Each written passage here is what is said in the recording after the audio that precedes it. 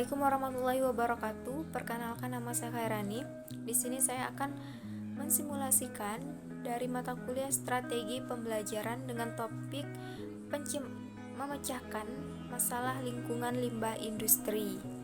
Assalamualaikum warahmatullahi wabarakatuh. Selamat siang semuanya. Sebelum memulai mata pelajaran pada siang hari ini, alangkah baiknya kepada ketua kelas untuk memimpin doa terlebih dahulu agar belajar menjadi nyaman. Terima kasih kepada ketua kelas yang telah memimpin doa. Baiklah, langsung saja kita masuk ke materi pembelajaran kita pada siang hari ini, yaitu pencemaran lingkungan. Di sini saya akan membagikan tugas kepada kalian semua dalam memecahkan masalah limbah industri. Nah, kalian bisa nanti tugasnya kalian bisa memilih limbah industri apa yang ingin kalian uji atau kalian pecahkan masalahnya. Sebelum itu, kepada ketua kelas saya harapkan untuk membagikan kelompok sebanyak 1-3 orang dalam per kelompok itu. Setelah kalian mendapatkan kelompok kalian masing-masing, diharapkan kepada setiap kelompok memilih memecahkan masalah limbah industri apa yang akan kalian pilih. Setiap kelompok itu beda-beda ya. Nah, nanti ada 6 langkah yang saya jelaskan nanti. Yang pertama itu langkah orientasi. Nah, mengapa saya memilih Anda untuk berkelompok? Karena di sini kalian diminta untuk berdiskusi kepada teman kelompok kalian untuk memilih masalah apa yang akan Anda pecahkan nantinya sebagai topik masalah limbah industri dalam pencemaran lingkungannya. Nah, masuk ke langkah yang kedua, itu merumuskan masalah. Nah, di sini kalian diminta untuk merumuskan masalah, misalnya masalah pada pabrik tempe. Nah, kalian bisa membuat berupa pertanyaan atau berupa masalah yang ingin Anda uji nanti. Contohnya itu seperti ini. Misalnya Anda memecahkan masalah pada limbah industri dalam pencemaran lingkungan yang berupa pabrik tempe misalnya. Kalian bisa membuat berupa pertanyaan yang berupa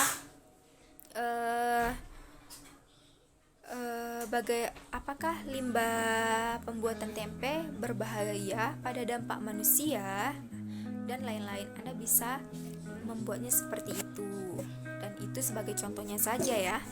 Adapun pada tahap ketiga, kalian diminta untuk mengajukan hipotesis. Nah, hipotesis di sini kalian mencari jawaban sementara dari suatu masalah yang akan kalian pecahkan atau yang akan kalian selesaikan. Dengan cara kalian bisa mencari informasi di berupa koran, majalah, internet, atau yang lebih sering digunakan untuk anak zaman sekarang ini adalah internet. Kalian bisa mencari jawaban sementara yang jawaban dari rumusan masalah kalian bisa mencarinya di internet atau di majalah atau di koran dan lain-lain sebagai sumber informasi kalian. Masuk ke langkah keempat, yaitu kalian harus mengumpulkan data. Mengumpulkan data di sini yang dimaksud yaitu kalian harus mencari informasi yang valid. Nah, di mana kalian bisa mencarinya? Kalian bisa mencari seseorang untuk kalian wawancarai atau kalian tanya-tanya berkaitan tentang pencemaran lingkungan atau pencemaran limbah industri pabrik yang akan kalian pecahkan masalahnya. Masuk ke langkah yang kelima, yaitu menguji hipotesis. Nah, setelah kalian mendapatkan jawaban dari semua jawaban yang kalian anggap benar, kemudian kalian diminta untuk memilih salah satu jawaban yang paling kalian anggap itu memang benar-benar. Nah, misalnya dari sekian 5 jawaban yang setelah terjawab, kalian bisa memilih dari 5 itu mana yang menurut kalian paling baik jawabannya. Nah, Kemudian kalian baru bisa masuk ke langkah ke-6, yaitu merumuskan kesimpulan. Jawaban yang kalian anggap benar dan kalian telah pilih itu kemudian kalian simpulkan sebaik-baiknya. Di dalam menyimpulkan itu, kalian juga mendeskripsikan hasil temuan yang telah kalian dapatkan berdasarkan hasil dari pengujian hipotesis tadi. Setelah langkah 6 itu selesai, barulah kalian buat bahan sebagai bahan presentasi untuk kalian mempresentasikan kepada teman-teman kelas kalian agar bisa berbagi ilmu kepada teman-teman lain. Nah, itu saja yang dapat saya sampaikan pada pembelajaran hari ini. Saya akhiri. Wassalamualaikum warahmatullahi wabarakatuh. Yang pertama, keterampilan membuka dan menutup pelajaran. Membuka dan menutup pelajaran ialah kegiatan yang dilakukan oleh guru untuk menciptakan suasana siap mental dan untuk menimbulkan perhatian siswa agar terpusat pada hal-hal yang akan dipelajari. Tujuan dari keterampilan ini yaitu dilakukan membuka dan menutup pelajaran dengan baik di kelas adalah dengan maksud agar diperoleh pengaruh positif terhadap proses dan hasil belajar.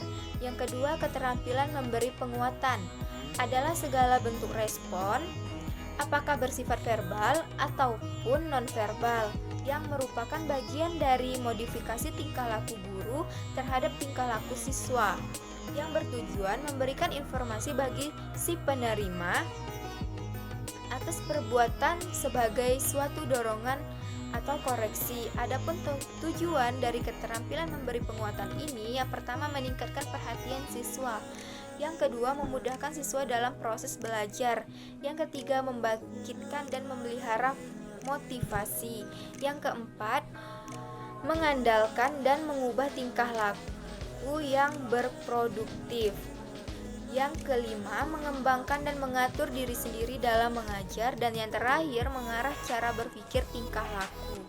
Adapun poin ketiga, keterampilan mengadakan variasi adalah suatu kegiatan dalam konteks proses interaksi belajar mengajar yang ditujukan untuk mengatasi kebosanan siswa, sehingga dalam situasi belajar mengajar siswa senantiasa menunjukkan ketekunan serta penuh partisipasi. Adapun tujuan dari keterampilan mengadakan variasi ini, yang pertama, dapat menimbulkan dan meningkatkan perhatian siswa terhadap aspek-aspek belajar mengajar yang relevan.